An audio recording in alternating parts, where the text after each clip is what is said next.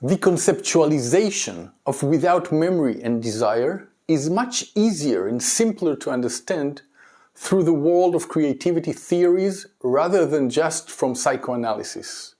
In the world of creativity, there is a classic four-stage model developed by a person named Wallas in 1926. The first stage is preparation, the second stage is incubation, the third stage is illumination, and the last stage is verification. Preparation, incubation, illumination, verification. So from Wallas's point of view, everyone who is engaged in a creative act first of all prepares and collects existing information on the domain. Later, in the second stage, they enter a state of incubation. They allow the information to gestate and rest so that the unconscious can work on the information. They may go to take a shower, go to sleep, or do anything except consciously deal with what they have collected.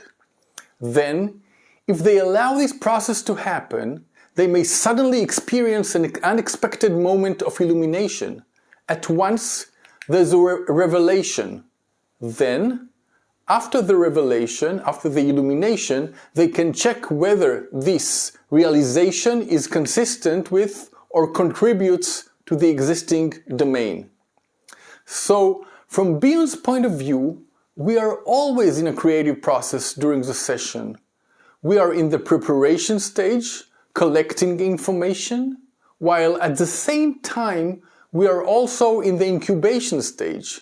It's like someone who picks up eggs and incubates them, picks and hatches, collects and hatches. They take substances into themselves without grasping onto them. They deposit them in the unconscious and allow the unconscious to hatch them. At some point during the session, an illumination may occur. Something may happen, but there is no promise. You cannot get to the illumination stage compulsively. One can only engage in the process, surrender to it, and then wait for something to happen. Then we can decide what to do with the illumination and how we verify it in front of the patient. So Bion's model is in fact a creative model. Its basis is in the development of the therapist's original thinking, and as I said, it favors the possibility of transformations in O, which are true transformations.